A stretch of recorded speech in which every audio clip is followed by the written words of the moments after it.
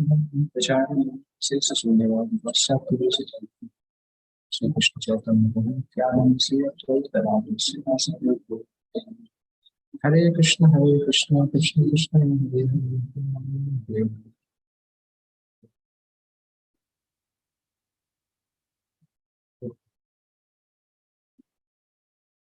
हम आज chapter 2 text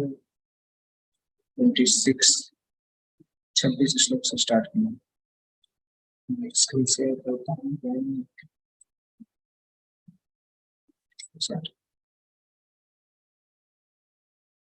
okay, अभी तक या पिछली क्लास में हमने एक कॉन्सेप्ट डिस्कस किया था आत्मा का ज्ञान, आत्मा का विज्ञान के ऊपर भगवान ने बताया था और बहुत अलग अलग तरीके से समझाया कि आत्मा को कैसे जला नहीं सकते हैं, आत्मा एंटी मटीरियल पार्टिकल है। ये कई कई क्वालिटी आत्मा की बताई गई थी। और उसके बाद तो हमने डिस्कस किया था कि जिसका जन्म होता है उसकी मृत्यु होती है, मृत्यु होने वाले का फिर से जन्म, ये भी हमने डिस्कस किया था। और अभी इस 26 नंबर श्लोक से भगवान सब कुछ डिस्कस करने के बाद बोल रहे हैं कि अगर अर्जुन को बता रहे हैं, इसका अपोजिट तरीका भी बता रहे हैं कि इनकेस अगर तुम्हें ऐसा लगता है कि आत्मा का जन्म होता है और मरता है, तब भी शोक का कोई कारण नहीं। कैसे? कि सबसे पहली बात तो ये है नहीं कि आत्मा का जन्म होता है या आत्मा की मृत्यु होती है। ये तो पॉसिबल नहीं है, भगवान ने पिछले श्लोक में बताया। तो भगवान एज ए आर्ग्यूमेंट ऐसा पेश कर रहे हैं कि अगर अभी भी मेरे इतने बताने के बाद भी तुम नहीं मानते हो और तुम सोचते हो कि आत्मा का जन्म होता है और मृत्यु होता है, तब भी दुख का कोई कारण नहीं। तो वो इस श्लोक में बताया, तथापि तुम महाबाहो नैनम सोचितो। अगर तुम ये सोचते हो कि आत्मा जन्म लेता है और मरता है तो भी शोक का कोई कारण नहीं। और तात्पर्य में बताया गया है कि ऐसे फिलोसोफर्स होते हैं हमेशा से जो कि सोचते हैं कि आत्मा का अलग से कोई अस्तित्व नहीं। ऐसे कई फिलोसफर्स हैं, 5,000 साल पहले भी थे, अभी भी है। उनका नाम भी यहाँ पे दिया है, लोकायते और वैभाषिक नाम। और ऐसे लोग सोचते हैं कि जीवन जो है वो केमिकल से निकल के आता है। आजकल के वैज्ञानिक भी यही सोचते हैं कि जीवन के लक्षण भौतिक से रूप से निकलते हैं। और पूरा का पूरा दर्शन फिलोसफी इसी इसी पे आधारित है। इस कारण अनेक अनेक अनेक ऐसे चीजों का प्रचार अमेरिका में हो रहा है और वो इसी दर्शन का पालन करते हैं। साथ साथ बुद्धिज्म जो है वो भी शून्यवाद का पालन करते हैं। बुद्धिज्म में भी आत्मा के अस्तित्व को स्वीकारा नहीं जाता। तो ऐसे लोग हमेशा से थे, भगवान के समय में भी थे। ऐसा नहीं कि वो लोग सही है, क्योंकि वो गलत है, उनको फिलोसफी पूरी तरह से पता नहीं, फिलोसफी को ठीक से समझते नहीं। तो भगवान बता रहे हैं अर्जुन से कि अगर तुम उस कैटेगरी में हो तब भी तुम्हें दुख करने की कोई आवश्यकता नहीं। यहाँ पे लिखा है, यदि आप अर्जुन को आत्मा का अस्तित्व में विश्वास नहीं था तब भी उसको शोक करने की आवश्यकता नहीं। जस्ट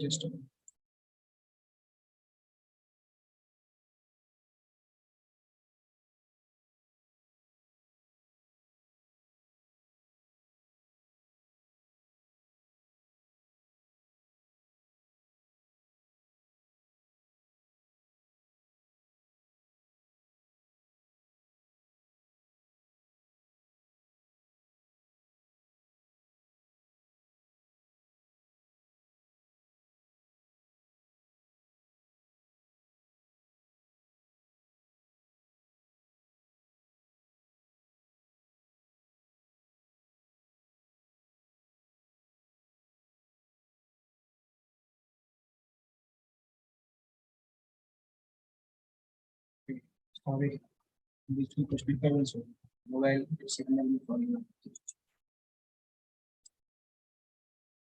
तो डिस्कस कर रहे थे, हाँ। कि भगवान बता रहे हैं अर्जुन को कि अगर यदि अर्जुन को आत्मा के अस्तित्व में विश्वास नहीं था, जैसा कि वैभाषिक दर्शन में आता है, तब भी उसको शोक करने का कोई कारण नहीं। कोई भी मानव थोड़े से रसायनों की क्षति के लिए शोक नहीं करता। भगवान यहाँ बता रहे हैं कि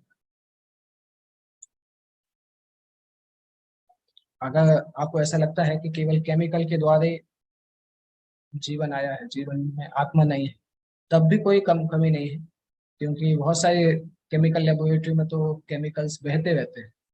जैसे कुछ कुछ वैज्ञानिक बोलते हैं मानव शरीर में जितने केमिकल हैं उन सब की कॉस्ट है 200 रुपये।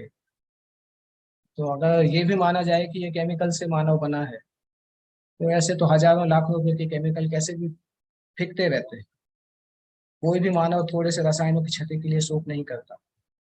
और आधुनिक विज्ञान तथा वैज्ञानिक युद्ध में शत्रु पर विजय प्राप्त करने के लिए ना जाने कितने टन रसायन फूंक दिए जाते हैं।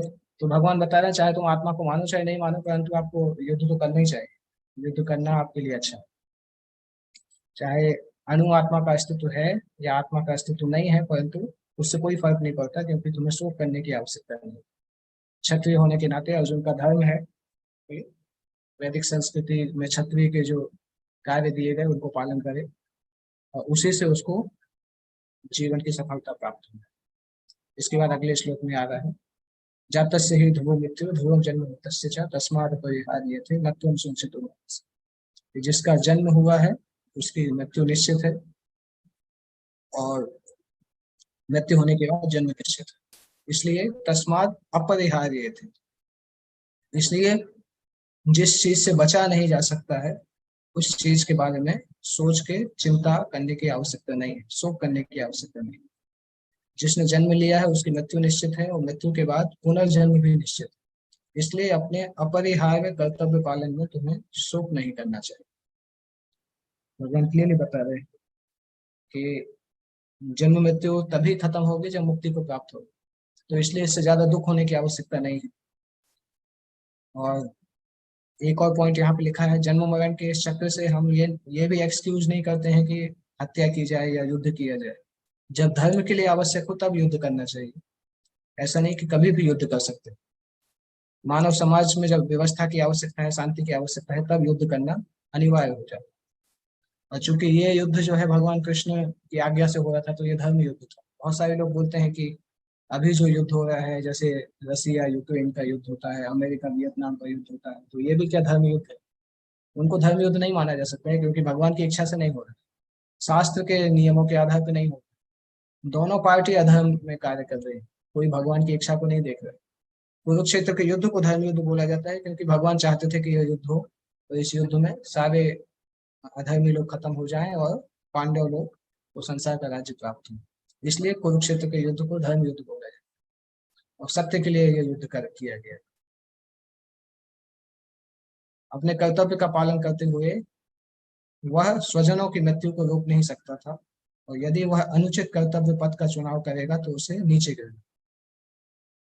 इसके बाद भगवान थोड़ा सा फिलोसॉफिकल तरीके से डिस्कस करके इस सेक्शन को खत्म कर रहे हैं, आत्मा के ज्ञान को।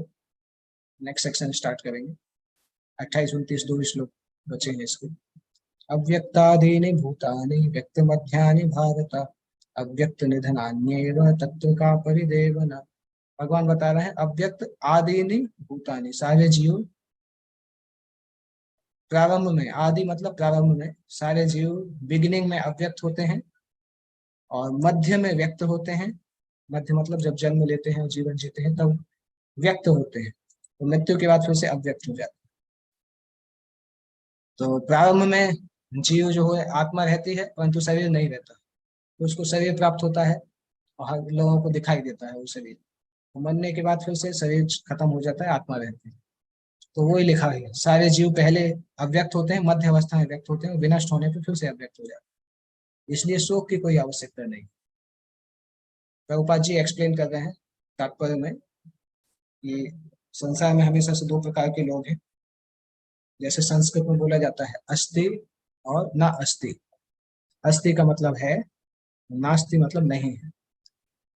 तो इसी तरह से दो लोग होते हैं, आस्तिक, जो लोग बोलते हैं भगवान हैं उनको आस्तिक बोला जाता है, और जो लोग बोलते हैं भगवान नहीं है उनको बोलते हैं ना आस्तिक, नास्तिक बोला जाता है। तो पहले भगवान ने आस्तिकवाद की तरफ से समझाया, उसके बाद एक श्लोक में ये भी बोला आत्मा को नहीं मानो, दैट मीन्स वो नास्तिकवाद है, उसकी तरफ से भी समझाया। परंतु दोनों से भगवान यही प्रूफ कर रहे हैं कि आपको शोक करने की आवश्यकता नहीं है, यहाँ पे ऐसे श्लोक में भी उसी की झलक है। देखिए यहाँ पे लिखा है, आत्मा के पृथक अस्तित्व से भिन्न सारे भौतिक तत्व सृष्टि के पूर्व अदृश्य रहते हैं। इस अदृश्य रहने की सूक्ष्म अवस्था से ही दृश्य अवस्था आती है। जिस प्रकार आकाश से वायु उत्पन्न होती है, वायु से अग्नि, अग्नि से जल, जल से पृथ्वी उत्पन्न होती है, पृथ्वी से अनेक प्रकार के पदार्थ प्रकट होते हैं। यथा एक विशाल गगनचुंबी महल पृथ्वी से ही प्रकट है। जब इसे ध्वस्त कर दिया जाता है तो वह अदृश्य हो जाता है और अंततः परमाणु रूप में बना रहता है। शक्ति संरक्षण का नियम बना रहता है, किंतु काल क्रम से वस्तुएं प्रकट तथा अप्रकट होती रहती है। अंतर इतना है, अतः प्रकट तथा अप्रकट होने पर शोक की कोई कारण नहीं। शक्तियां हमेशा रहती हैं, कभी कभी वो संसार में दिखाई देती, कभी नहीं दिखाई देती। ये इसमें बताया जा रहा है, इसलिए इसमें इस तरह से बताया है कि विनाश होने के बाद भी जीव तो निवास करते हैं, शरीर खत्म हो जाता है परंतु जीव निवास करते हैं, इसलिए दुख की कोई आवश्यकता नहीं। यदि हम भगवत गीता के इस वैदिक निष्कर्ष को मानते हैं कि भौतिक शरीर काल क्रम में नाशवान है किंतु आत्मा शाश्वत है, तो हमें यह सदा स्मरण रखना होगा कि यह शरीर वस्त्र के समान है। अतः वस्त्र परिवर्तन होने पर शोक क्यों? शाश्वत आत्मा की तुलना में भौतिक शरीर का कोई यथार्थ अस्तित्व नहीं होता, यह स्वप्न के समान है। स्वप्न में हम आकाश में उड़ते या राजा की भांति रथ पर आरूढ़ हो सकते हैं, किंतु जागने पर देखते हैं कि ना तो हम आकाश में है, न रथ पर। वैदिक ज्ञान आत्म साक्षात्कार को भौतिक शरीर के अनस्तित्व के आधार पर प्रोत्साहित देता है। अतः चाहे हम आत्मा के अस्तित्व को माने या ना माने, शरीर नाश के लिए शोक करने की कोई आवश्यकता नहीं। इसके बाद चूंकि आत्मा के सारे गुण इस प्रकार से हैं कि सामान्य व्यक्ति उसको समझ नहीं पाता है, विविल्ड हो जाता है आत्मा के क्वालिटीज को जब नोटिस करता है। इसलिए इस श्लोक में भगवान कंक्लूड के जैसा कर रहे हैं कि आत्मा के गुण अपने आप में अचंभित करने वाले हैं। इस पूरे श्लोक को आश्चर्य श्लोक भी बोला जाता है, क्योंकि पूरे श्लोक की ऑलमोस्ट 4 में से 3 लाइन में आश्चर्य शब्द आया है। आश्चर्यवत पश्यति कश्चिदेनम, इसका मतलब है कुछ लोग इस आत्मा को आश्चर्य से देखते हैं। आश्चर्यवत वदति तथैव चान्य, कुछ लोग इसको आश्चर्य की तरह बताते हैं। आश्चर्यवत चैनमन्यः सुनोति, कुछ लोग आश्चर्य की तरह इसको सुनते हैं। और श्रुत्वापि एनम वेद न चैव कश्चित्, कुछ लोग ऐसे हैं जो आत्मा के बारे में इतना सुनते हैं उसके बाद भी समझ नहीं पाते। वो इसमें लिखा है, कोई आत्मा को आश्चर्य से देखता है, कोई आश्चर्य की तरह बताता है, कोई आश्चर्य की तरह सुनता है, किंतु कोई कोई इसके विषय में सुनकर भी कुछ नहीं समझ पाते। इसी तरीके का श्लोक कठोपनिषद में दिया गया है। श्रवणयापि बहुभिर्यो न लभ्यः शृण्वतोऽपि बहवो यम न विद्युः। श्रवणम यापि बहुभिः, बहुत सारे लोग सुनते हैं, न लभ्यो, सुन के समझ नहीं पाते। शृण्वन्तोऽपि बहवो यम न विद्युः, बहुत सारे लोग सुनते हैं, समझ नहीं पाते हैं। आश्चर्यो वक्ता, कुछ लोग आश्चर्य से बोलते हैं। आश्चर्यो से ज्ञाता है, कुछ लोग आश्चर्य की तरह समझते हैं।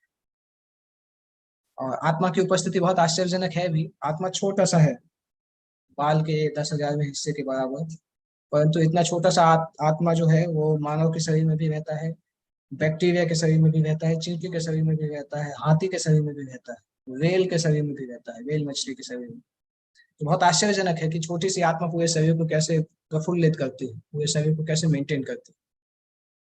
और भौतिक तरीके से अगर इसको समझा जाए तो आत्मा उनको समझ में ही नहीं आता है कि आत्मा क्या है। इसलिए जो भौतिकतावादी हैं वो आत्मा को हमेशा आश्चर्य से ही देखते हैं। और संसार में मैक्सिमम लोग तो इंद्रिय तृप्ति में ही डूबे हुए हैं, तो उनको मतलब ही नहीं कि आत्मा का ज्ञान प्राप्त करने की आवश्यकता भी है कि नहीं। और कुछ लोग हैं जो कि अध्यात्म में आते हैं और वो इस क्षेत्र में जाते हैं, इसके बारे में जानना चाहते हैं। और तात्पर्य के यहाँ पे इस पैराग्राफ में लिखा है, आत्मज्ञान के बिना सारे कार्यों का दुष्परिणाम जीवन संघर्ष में पराजय के रूप में।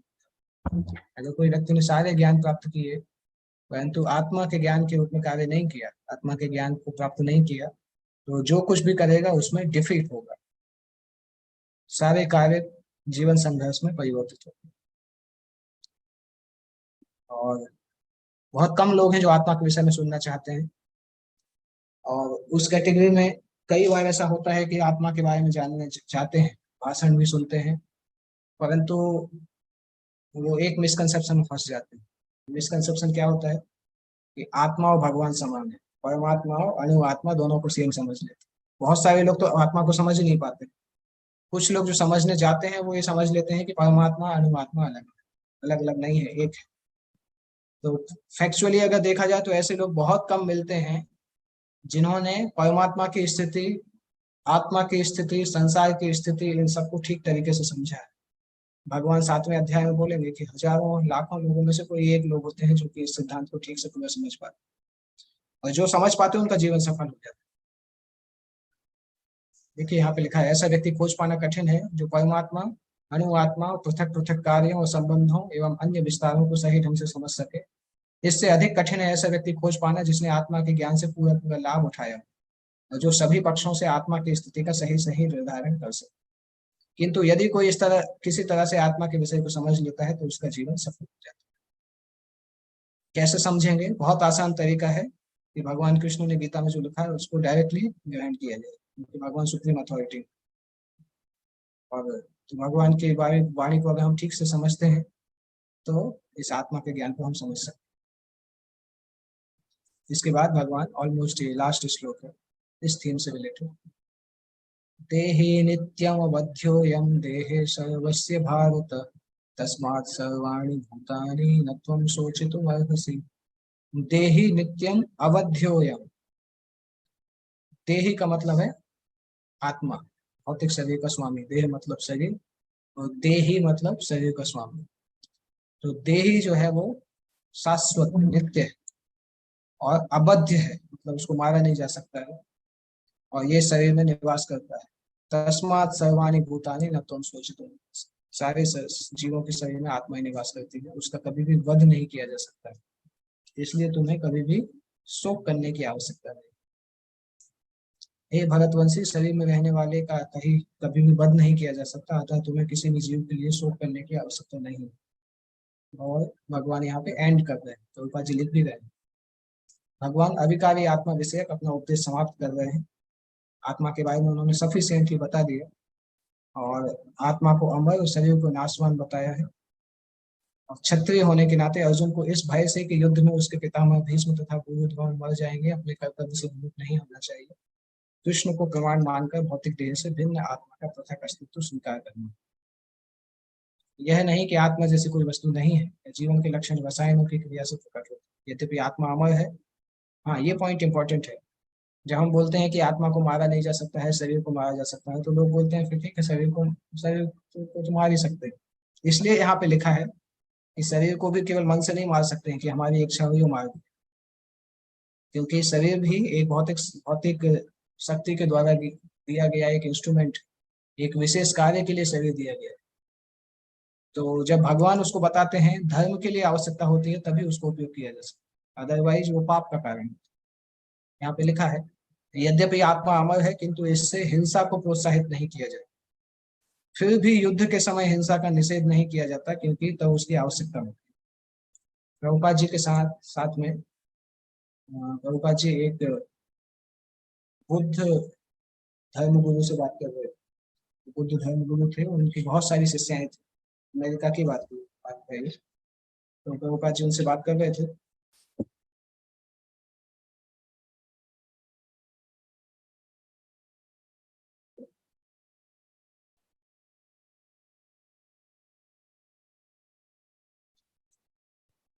और इसी सब्जेक्ट पे बात हो रही थी कि अहिंसा करना करना चाहिए कि नहीं, युद्ध करना चाहिए कि हिंसा करना चाहिए कि नहीं करना चाहिए।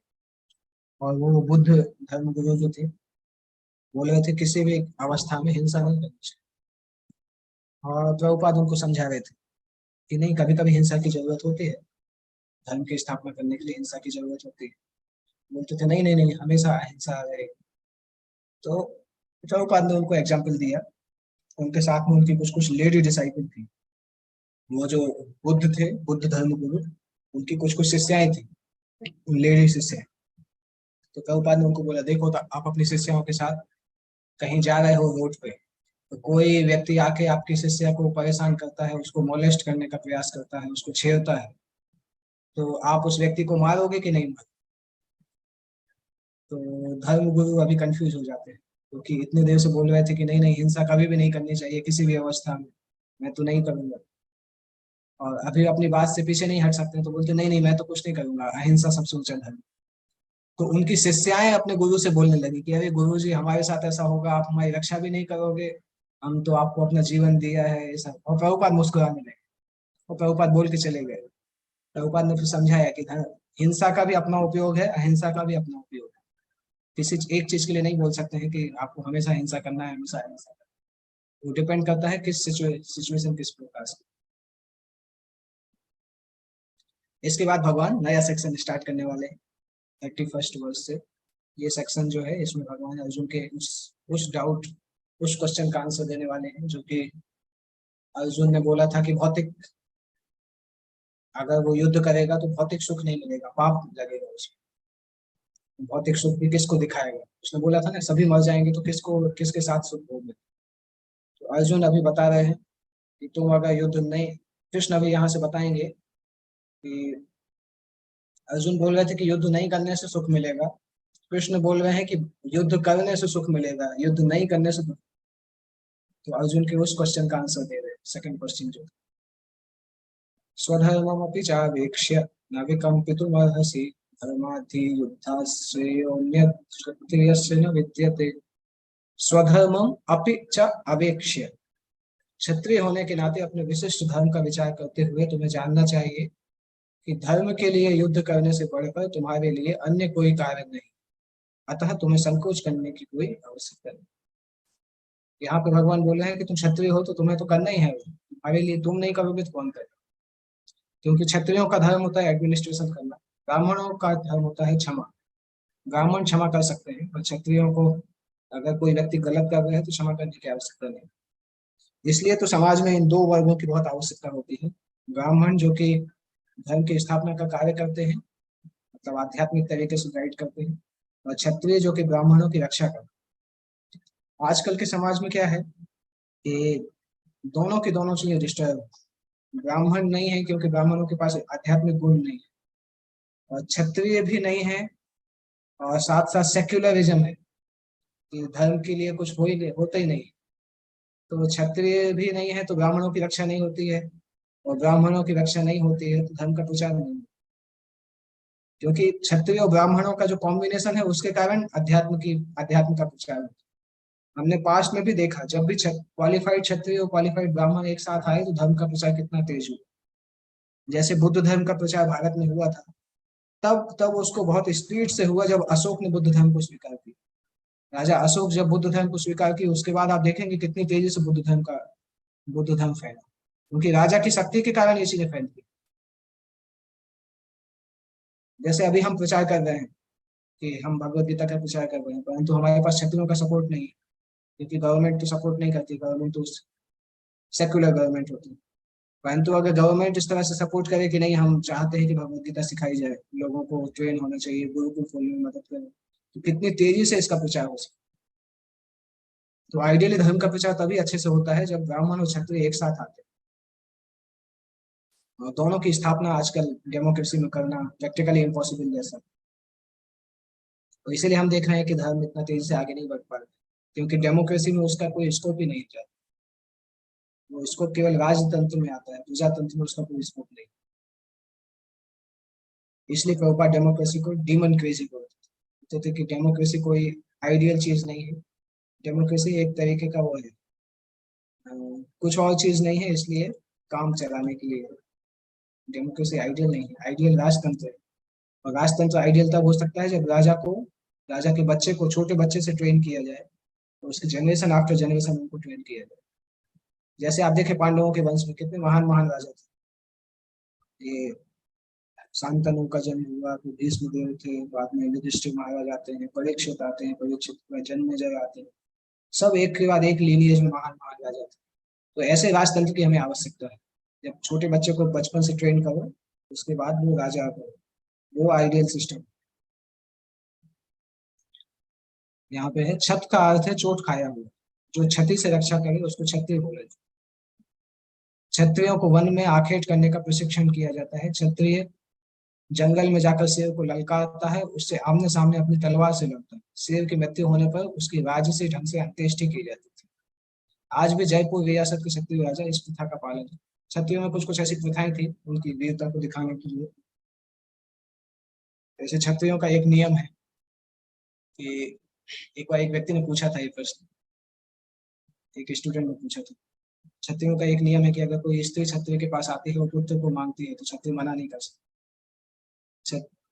तो एक स्टूडेंट ने पूछा कि अरे ये तो बहुत अच्छा ऑप्शन है क्षत्रियों के लिए, बहुत अच्छा प्रपोजल है। तो तो उसको उत्तर दिया कि क्षत्रियों के लिए एक दूसरा नियम भी है कि क्षत्रिय अगर युद्ध में जाते हैं तो पीठ दिखा के भाग नहीं सकते हैं, या तो गला कटवाएंगे या या तो जीतेंगे या गला कटवाएंगे, पीठ दिखा के भाग नहीं सकते। अगर क्षत्रिय पीठ दिखा के वापस आएगा तो उसके घर के अंदर उसकी पत्नी उसको घुसने नहीं देगी। तो अगर आप युद्ध के समय अपनी गर्दन कटाने के लिए तैयार हैं तब फिर आपको ये दूसरा चीज भी अलाउ किया जाएगा। पर अभी हमें युद्ध का देखो तो प्राण सूख जाएंगे जब कोई आके बोलेगी कि अरे मुझे पुत्र की प्राप्ति है, तो फिर हम सोचते हैं अरे वाह क्षत्रिय बनना चाहिए था। तो सारे वर्ण का अपने अपना अपना जिम्मेदारी है, सारे वर्ण को अपनी अपनी फैसिलिटी दी गई। तो उस तरह से ही काम करते तभी संसार में कार्य चलता है। तो क्षत्रियों को विशेष रूप से ललकारने तथा मारने की शिक्षा दी जाती है क्योंकि कभी कभी धार्मिक हिंसा अनिवार्य होती है। इसलिए क्षत्रियों को सीधे संन्यास आश्रम ग्रहण करने का विधान नहीं है। क्षत्रिय जो थे वो वानप्रस्थ आश्रम नॉर्मली स्वीकार करते थे। बहुत कम क्षत्रियों का ऐसा वर्णन है कि उन्होंने संन्यास नहीं लिया। राजनीति में अहिंसा कूटनीतिक चाल हो सकती है किंतु सिद्धांत नहीं। पॉलिटिक्स में अहिंसा कभी कभी किया जाता है वोट वोट जीतने के लिए। पॉलिटिक्स में अहिंसा कोई बहुत ऊंची चीज नहीं, क्योंकि वैदिक धर्म में बताया है कि हमेशा धर्म के धार्मिक राजाओं को युद्ध करना चाहिए अधर्म को खत्म करने के लिए, क्योंकि समाज में हमेशा अधर्म धार्मिक लोग रहते हैं।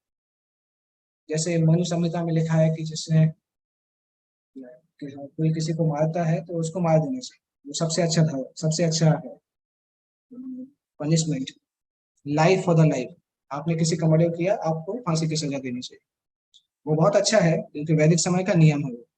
अभी क्या होता है, झूठे उसको कंपैशन दिखाते हैं कि अरे नहीं उसको कैसे मार सकते, उसको नहीं मारना चाहिए, उसको लाइफ टाइम इम्प्रिजनमेंट। पर शास्त्रों में अगर देखें तो वो नियम इसलिए रखा गया था क्योंकि अगर किसी ने किसी को मर्डर कर दिया है और उसको मार दिया जाएगा, फांसी दे दिया जाएगा या मर्डर कर दिया जाएगा, तो उसका जो दूसरे का मर्डर करने वाला पाप था वो खत्म हो जाएगा, इसी जन्म में खत्म हो जाएगा, क्योंकि उसको उसके इक्विवेलेंट सजा वहां पे मिल गई। परंतु उसने मर्डर किया है, आप उसको उसके इक्विवेलेंट सजा यहाँ पे नहीं देंगे तो उसको नरक में उतनी सजा भुगतनी पड़ेगी। ऐसा नहीं है कि हम उसके लिए कुछ भला कर रहे हैं। लाइफ टाइम इम्प्रिजनमेंट के बाद उसको वो जो फल है जो उसने मर्डर किया है उसकी सजा उसको नरक में तो जाके भुगतनी पड़ेगी।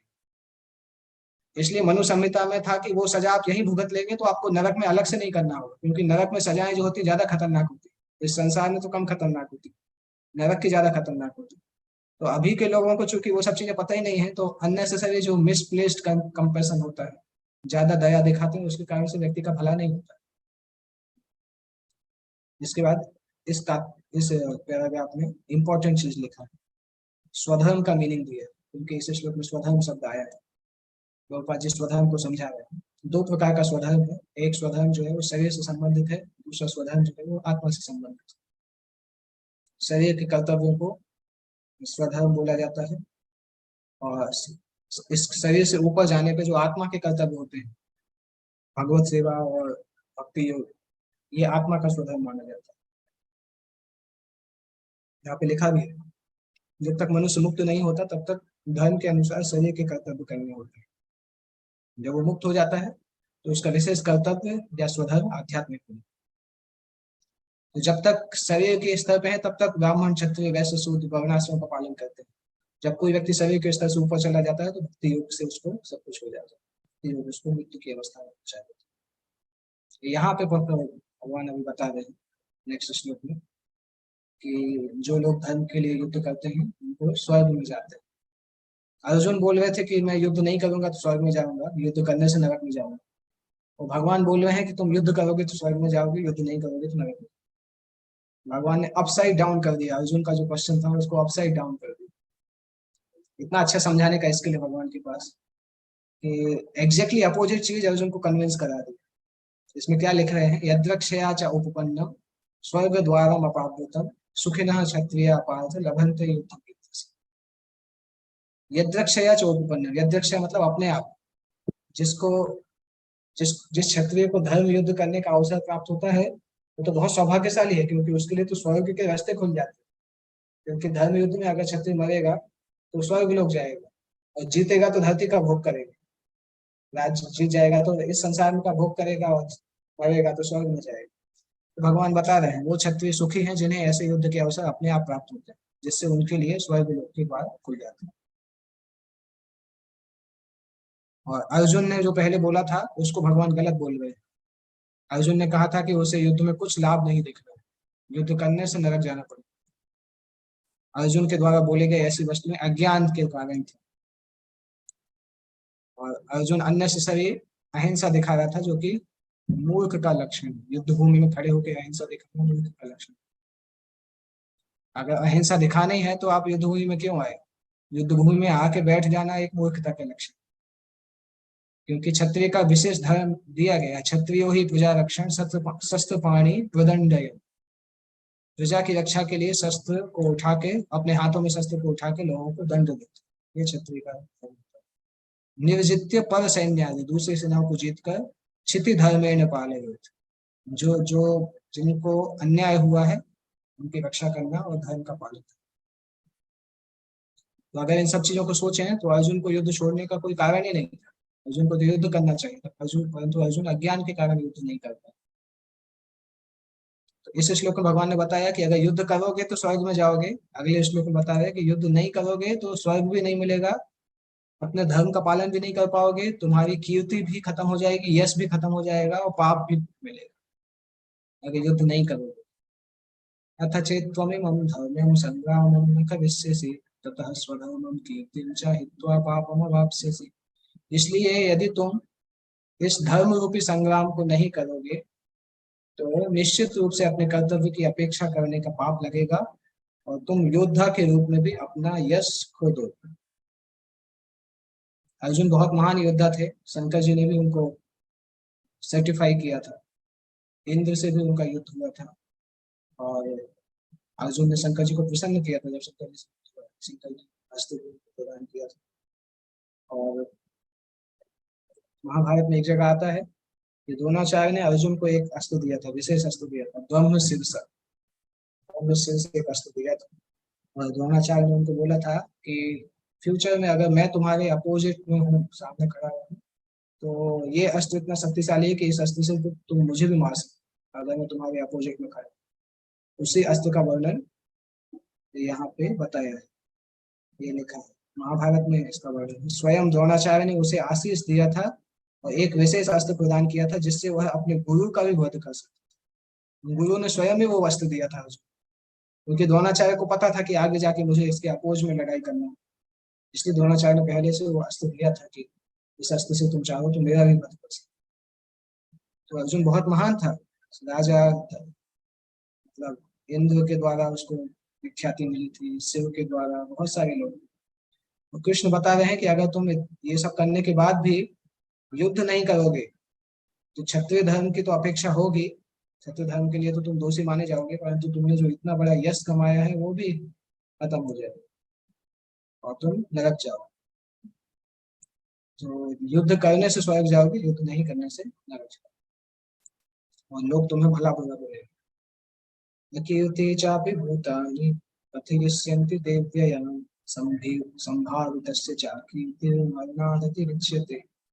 लोग सदैव तुम्हारे अपयश का वर्णन करेंगे, सम्मानित व्यक्ति के लिए अपयश तो मृत्यु से भी बढ़कर। तो भगवान बता रहे हैं कि अगर तुम्हें लगता ही है कि मृत्यु अच्छा है तो युद्ध करते करते मर जाओ। अभी भाग के जाओगे तो ज्यादा अपयश मिलेगा। एक क्या लिखा है, अर्जुन यदि तुम युद्ध प्रारंभ होने के पहले ही युद्ध भूमि छोड़ देते तो लोग तुम्हें कायर कहेंगे, और यदि तुम सोचते हो कि लोग गाली देते रहे किंतु तुम युद्ध भूमि से भाग कर अपनी जान बचा लो, तो मेरी सलाह है कि युद्ध भूमि में ही मर जाओ। कम से कम लोगों को ये तो लगेगा कि लड़ाई किया। लड़ाई बिना किए भागोगे तो लोग कायर बोलेंगे, लड़ाई करते करते अगर मर जाओगे तो लोग बोलेंगे ठीक है, प्रयास किया उसने, मृत्यु को प्राप्त हो। और भगवान बता रहे हैं कि तुम्हारे लिए, तुम्हारे जैसा महान व्यक्ति के लिए इस प्रकार से अपयश मिलना मृत्यु से ज्यादा खतरनाक। क्योंकि तुम युद्ध से भाग जाओगे तो लोग कायर बोलेंगे, और वो तुम्हें हैंडल करना बहुत मुश्किल होगा। क्योंकि तुम्हारे लिए अगर तुम्हारा यश नहीं है तो तुम्हारा मृत्यु से भी खतरनाक, मृत्यु से बुरी हालत हो जाएगी। इससे अच्छा तुम क्या करो, युद्ध करो और मर जाओ इसी में, वो ज्यादा अच्छा है तुम्हें। वो लिख भी रहे हैं, तुम्हें प्राण भय से भागना नहीं चाहिए, युद्ध में मर जाना ही श्रेयस्कर है। इसलिए अर्जुन के लिए भगवान का अंतिम निर्णय था कि संग्राम से पलायन ना करे, तो तू युद्ध में मरे। भयाद्रणादुपरतं मन्स्यन्ते त्वां महारथा, येषां च त्वं बहुमतो भूत्वा यास्यसि लाघवम्। जिन लोगों ने तुम्हारी बहुत प्रशंसा की थी वो ही तुम्हें अभी छोटा समझे।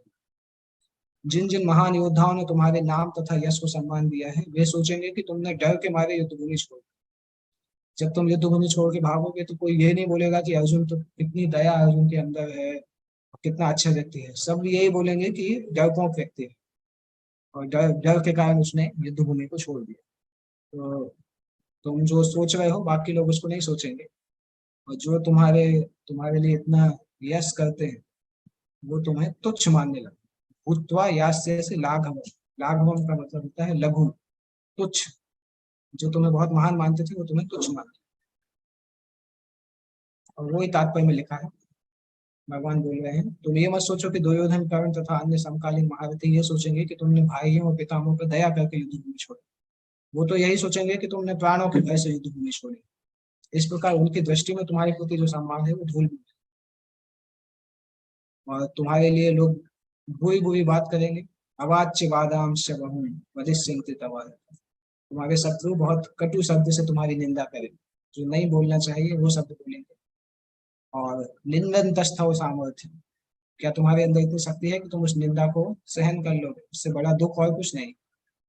जब तुम्हारे तुम्हारे युद्ध की कला के ऊपर लोग बोलेंगे, तुम्हारी निंदा करेंगे और बोलेंगे अर्जुन के अंदर कोई दम नहीं, तो वो सुनना तुम्हारे लिए मरने से भी खतरनाक है। तो इसलिए भगवान ने उनको ऑप्शन दिया है कि तुम युद्ध भूमि से मत भागो।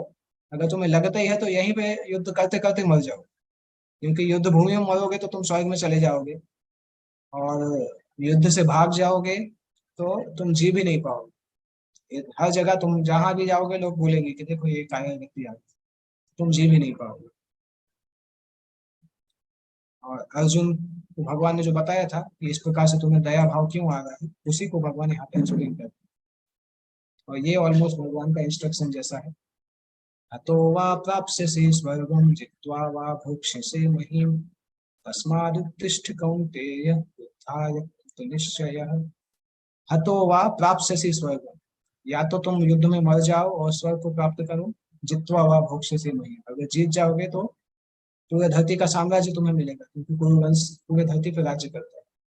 इसलिए तस्माद उत्तिष्ठ कौन्तेय, इसलिए हे कौन्तेय उठो और दृढ़ निश्चय के साथ युद्ध में लग जाओ। युद्धाय कृत निश्चय।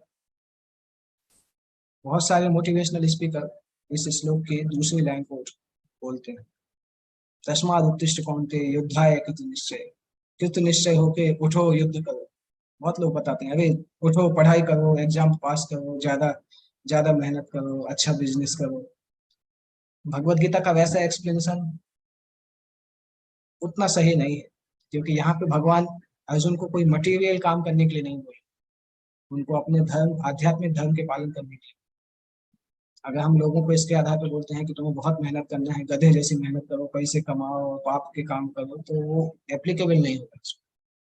इसलिए भगवत गीता को मोटिवेशनल स्पीकर जिस प्रकार से बताते हैं वैसा बताना भगवत गीता के लिए उतना ठीक नहीं है, क्योंकि भगवान जो अर्जुन को बता रहे हैं वो उद्देश्य अलग था। और उसी श्लोकों से अगर आप लोगों को भोग के रास्ते की तरफ ले जाते हैं तो वो भगवत गीता का पर्पस सॉल्व नहीं करता। इसलिए भगवत गीता के आधार पर कभी स्ट्रेस मैनेजमेंट पढ़ाया जाता है, टाइम मैनेजमेंट पढ़ाया जाता है। ठीक है, उसमें से पढ़ाया जा सकता है, परंतु वो भगवत गीता का मुख्य उद्देश्य नहीं। उसमें फंसेंगे तो हम भगवत गीता के मुख्य उद्देश्य को भूल जाएंगे। क्योंकि भगवान जो बोल रहे हैं वो इसलिए नहीं बोल रहे हैं, भगवान तो सब आध्यात्मिक चर्चा कर रहे हैं। उन श्लोकों को जो हम दूसरी तरह से ट्रांसलेट करते हैं, और कई बार हम देखते हैं कि लोगों को वो सुनना ज्यादा अच्छा लगता है। आप गीता के श्लोकों की एज इट इज व्याख्या करो तो लोगों को अच्छा नहीं लगता। वो बोलते हैं कि कुछ ऐसा सुनाओ कि जिसमें जिसमें ये सब नहीं आए, कृष्ण अर्जुन नहीं आए, कुछ ऐसा मिले कि हमें जोश आ जाए, हम भाग भाग के काम करने लगे और दुनिया को मुट्ठी में कर लें। तो लोगों को सुनने में अच्छा लगता है, परंतु वो भगवत गीता का उद्देश्य नहीं। भगवत गीता का मुख्य उद्देश्य जो, इसलिए तो भगवत गीता को एज इट इज हमें पढ़ना चाहिए। जिसलिए भगवत गीता बोली गई, जिस तरह से भगवान ने बोली, जिसको बोले, वो उद्देश्य समझना चाहिए, तब उसका बेनिफिट मिले। तो ये मेन इफेक्ट है, बाकी साइड इफेक्ट। तो हम कभी साइड इफेक्ट के लिए दवाई नहीं खाते हैं, मेन इफेक्ट के लिए दवाई खाते हैं। साइड इफेक्ट तो अपने आप आ जाता है। तो भगवान ने क्लियरली अर्जुन को बोला कि युद्ध में मरोगे तो स्वर्ग मिलेगा, जीतोगे तो पृथ्वी को भोग करोगे, इसलिए खड़े हो युद्ध करो। अर्जुन के पक्ष में विजय निश्चित नहीं थी, तो भी उसे युद्ध करना था, क्योंकि युद्ध में मारा जाएगा तो उन्हें स्वर्ग मिलेगा। इसके बाद भगवान समझा रहे हैं कि युद्ध में अभी तुम जय विजय के अटैच मत हो। सुख दुख समय कृत्वा, सुख दुख को समान समझकर, लाभ और हानि को समान समझकर, जय और अजय पराजय को समान समझकर युद्ध करने के लिए युद्ध कर। तुम सुख या दुख, हानि या लाभ, विजय या पराजय का विचार किए बिना युद्ध के लिए युद्ध करो। ऐसा करने को तुम्हें ये पाप नहीं लगेगा। तो भगवान इस प्रकार से बोल रहे हैं कि ये मेरी इच्छा है इसलिए युद्ध करो, केवल ये भी मत सोचो। देखो, पिछले कुछ श्लोक में भगवान ने बताया कि युद्ध करोगे तो स्वर्ग में जाओगे, इस प्रकार से समझाया। ये भी बताया कि तुम्हारी ड्यूटी है इसलिए तुम्हें करना चाहिए। इस श्लोक में क्या बता रहे हैं, उससे भी ऊंचे के प्लेटफॉर्म पे लेके आ रहे हैं। तो ग्रेजुअली भगवान अर्जुन को ऊंची ऊंची स्टेज पे लेके आ रहे हैं। इस श्लोक में क्या बोल रहे हैं कि हानि लाभ भी मत सोचो, विजय पराजय भी मत सोचो, केवल मैं बोल रहा हूँ इसलिए करो। दैट मीन्स भक्ति क्या होती है, हमें ये नहीं सोचना है कि हमें क्या अच्छा लगेगा क्या खराब लगेगा। भगवान ने बोला है मतलब करना है। एक बार एक व्यक्ति ने बोला था, एक व्यक्ति पूछ रहे थे मुझसे कि हम चैंटिंग करते हैं, कभी चैंटिंग करने में बहुत मन लगता है, कभी नहीं लगता है। तो उसका मैंने यही उत्तर दिया था, जब तुम्हें मन नहीं लगता है तब तुम चैंटिंग करते हो कि नहीं। उसने बोला हाँ करते तो हैं। मैंने बोला तो करते रहोगे तो खुशी रहेगी, क्योंकि चैंटिंग करना, हम अपनी खुशी के लिए चैंटिंग नहीं कर रहे, चैंटिंग हम भगवान की खुशी के लिए कर रहे हैं। तो ऐसा नहीं कि हमें जब खुशी मिलेगी तभी हम चैंटिंग करेंगे, क्योंकि वो एक्टिविटी हम भगवान की खुशी के लिए कर रहे हैं। तो भले ही हो सकता है कभी हमें अच्छा नहीं भी लगे, परंतु नाम का जप करना है, क्योंकि भगवान ने, वही इसमें लिखा है। कृष्ण भावनामृत के कार्यों में सुख या दुख, हानि या लाभ, जय या पराजय को कोई महत्व नहीं दिया जाता। दिव्य चेतना यही होगी कि हर कार्य कृष्ण के निमित्त किया जाए, इसलिए भौतिक कार्यों का कोई बंधन नहीं। जब कोई इंद्रिय तृप्ति के लिए कार्य करता है तो अच्छे बुरे फल मिलते हैं, परंतु कृष्ण भक्ति के कार्यों में ऐसे कोई फल नहीं रहते, क्योंकि वो भगवान के द्वारा भगवान को समर्पित होता है। और ये श्लोक इंपॉर्टेंट है, श्रीमद् भागवतम में आता है, महत्वपूर्ण श्लोक, कि जिसने भगवान कृष्ण का आश्रय लिया है वो सभी ऋण को चुका देता है, जितने भी उसके ऊपर डेप्थ है। चाहे देवताओं की डेप्थ होंगी, देवता के हमारे ऊपर ऋण होते हैं, क्योंकि देवता हमें खाने का पीने का सब कुछ प्रदान करते हैं। साधुओं का ऋण होता है, क्योंकि साधु शास्त्र प्रदान करते हैं। संसार के बाकी लोगों का ऋण होता है, कुछ ना कुछ तरीके से मदद करते हैं। घर वालों का ऋण होता है, मानव जाति का ऋण होता है, पितरों का ऋण होता है। परंतु अगर कोई ने पूरी तरह से भगवान मुकुंद का शरण ग्रहण कर लिया है तो सारे ऋण से वो मुक्त हो जाए। गतो मुकुंदम परिहित कर। तो अगर कोई भगवान मुकुंद का पूर्ण आश्रय लेता है तो संसार से मुक्ति की अवस्था में प्राप्त होती है। इसके बाद भगवान बता रहे हैं कि 31 से लेकर 38 तक भगवान ने ये टॉपिक बताया अर्जुन को। अभी 39 से भगवान थोड़ा और फिलोसॉफिकली समझाने का प्रयास कर रहे हैं। 39 से लेकर 53 तक भगवान और फिलोसॉफिकली डीपली अंदर जाने का प्रयास कर रहे हैं। ऐसा ते भीता सांख्ये बुद्धि योगे त्वमां स्मृत्या युक्तो यया पार्थ कर्मबन्धं प्रहास्यसि। यहाँ मैंने वैश्लेषिक अध्ययन द्वारा इस ज्ञान का वर्णन किया है। अब निष्काम भाव से कर्म करना बताता हूँ। हे तथापुत्र, यदि तुम ऐसे ज्ञान से कर्म करोगे तो कर्मों के बंधन से अपने को मुक्त। अभी तक जो भगवान ने बताया सांख्य के द्वारा बताया, अब भगवान डिस्कस करेंगे कर्म योग, निष्काम कर्म योग के द्वारा वर्णन करने का अगले कुछ श्लोकों में वर्णन करेंगे। और भगवान बता रहे हैं कि अगर निष्काम कर्म योग के द्वारा आप कार्य करोगे तो कर्मों के बंधन से मुक्त हो जाए। और ये जो येलो पोर्शन है इंपॉर्टेंट है। एक तो सबसे पहले सांख्य का मतलब होता है संख्या, विस्तार से वस्तुओं का वर्णन करना। तो अर्जुन का युद्ध ना करने का प्रस्ताव इंद्रिय तृप्ति पर आधारित था। वह अपने प्रधान कर्तव्य को भुलाकर युद्ध से दूर रहना चाहता था। क्योंकि उसने सोचा कि धृतराष्ट्र के पुत्रों अर्थात अपने बंधु बांधवों को परास्त करके राज्य भोग करने की अपेक्षा अपने संबंधियों को ना मारकर अधिक सुख होगा। तो पहले भी वो इंद्र तब ही सोच रहा था, चाहे कर्तव्य को भुला के युद्ध से दूर रहे, और पहले सोच रहा था कि उनको उनको मारने की अपेक्षा नहीं मारेगा तो सुखी रहेगा, परंतु सेंटर क्या है? स्वयं। कृष्ण सेंटर नहीं है। तो एक मेन डिफेक्ट होता है हमारी थिंकिंग में भी, हम वो कार्य करते हैं जो हमें अच्छा लगता है, वो कार्य नहीं करते जो अच्छा नहीं लगता। और जो दोनों कार्यों में केंद्र बिंदु क्या है? केंद्र बिंदु हम स्वयं। और कृष्ण भक्ति में केंद्र बिंदु क्या होता है? भगवान की खुशी। तो सामान्य भौतिक चेतना से कृष्ण चेतना में केवल यही अंतर है। भौतिक चेतना में हम कार्य करते हैं अपनी खुशी के लिए, कृष्ण चेतना में हम कार्य करते हैं कृष्ण की खुशी। कृष्ण की खुशी के लिए अगर कोई कार्य है, भले हमें उतना अच्छा नहीं लग रहा है, तब भी हम करने के लिए तैयार हैं। जैसे इस संसार में कौन व्यक्ति है जो सरेंडर करना चाहता है? तो दूसरे की बात कोई सुनना नहीं चाहता, परंतु कृष्ण की खुशी के लिए हम गुरु को सरेंडर करते हैं। कृष्ण उससे प्रसन्न होते हैं, और इसी को कृष्ण भावना में बोला जाता है कि हम अपनी इंद्रिय तृप्ति को छोड़ के कृष्ण की प्रसन्नता के लिए कार्य करना चाहिए। भगवान कृष्ण द्वारा आत्मा तथा शरीर का अत्यंत विशद वर्णन यहाँ पर प्रस्तुत हुआ है, और इस विशद अध्ययन को सांख्य कहा गया। ये सांख्य दो होते हैं, हम कई बार डिस्कस कर चुके हैं। एक सांख्य नास्तिक कपिल ने बनाया था, जिसका ये वर्णन नहीं है, उसमें भगवान का नाम नहीं आता है, बाकी सब कुछ आता है।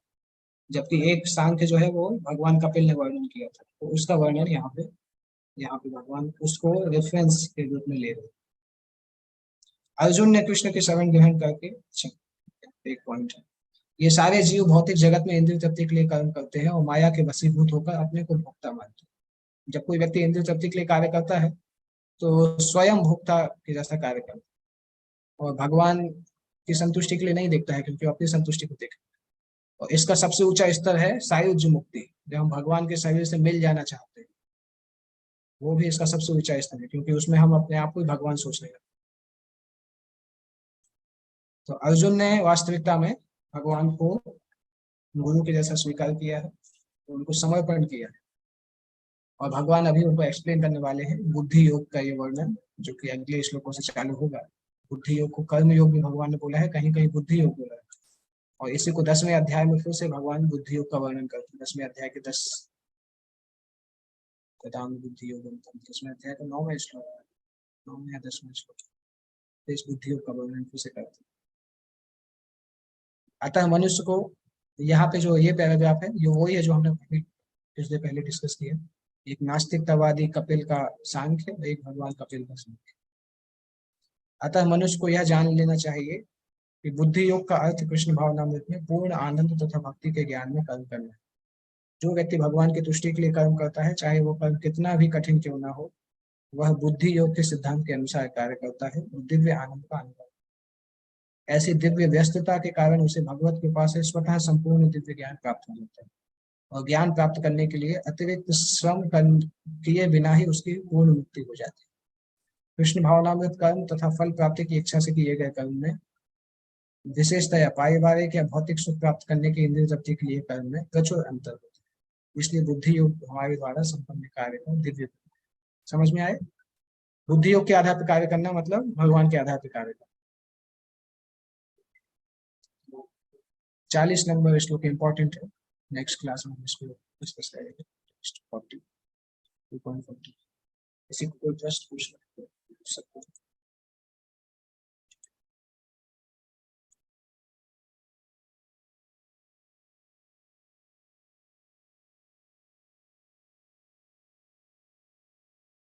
यस प्रभु, हरे कृष्ण प्रभु, दंडवत प्रणाम प्रभु। मेरा प्रश्न ये है, वो आपने बोला कि अर्जुन का युद्ध इंद्रदेव के साथ भी हुआ था, तो इंद्रदेव तो अर्जुन के पिता है ना, मतलब उन्हीं के पुत्र थे ना वो? तो भी साथ एक बार युद्ध हुआ था जब अर्जुन और कृष्ण खांडवप्रस्थ गए थे, तो खांडवप्रस्थ को जलाया था, उन्हीं देवों ने उनको कष्ट किया था। चूंकि इंद्रदेव का मित्र खांडवप्रस्थ में रहता था, तो इसलिए अर्जुन इंद्र नाराज हो गए थे कि आप लोगों ने खांडवप्रस्थ को जलाने का प्रयास कर सकते। तो उस समय इंद्र ने लड़ाई किया था कृष्ण अर्जुन के साथ, इंद्र के सारे मुख्य देवता लोग भी आए थे और सभी को कृष्ण अर्जुन ने अकेले परास्त कर दिया। Okay. और उसी समय इंद्र समझे भी थे कि जब तक कृष्ण अर्जुन के बगल में है तब तक अर्जुन को कोई नहीं जीत सकता। तब इंद्र ने दोनों को प्रणाम किया था क्योंकि कृष्ण साथ में थे उस समय। अर्जुन उस इंसिडेंट को याद भी करते हैं कि जब कृष्ण मेरे रथ पे बैठे थे तो 33 करोड़ देवी देवता एक सामने खड़े थे और मैं अकेला खड़ा था, फिर मैंने सबको हरा दिया। जबकि कोई मनुष्य सोच भी नहीं सकता है कि 33 करोड़ देवताओं को एक साथ हराया जा सकता है, अर्जुन ने हरा दिया था। Yes, bro. Thank you, bro. Hare Krishna. तो एंड करते हैं, इसके आगे 48 श्लोक से इस क्लास में डिस्कस करेंगे।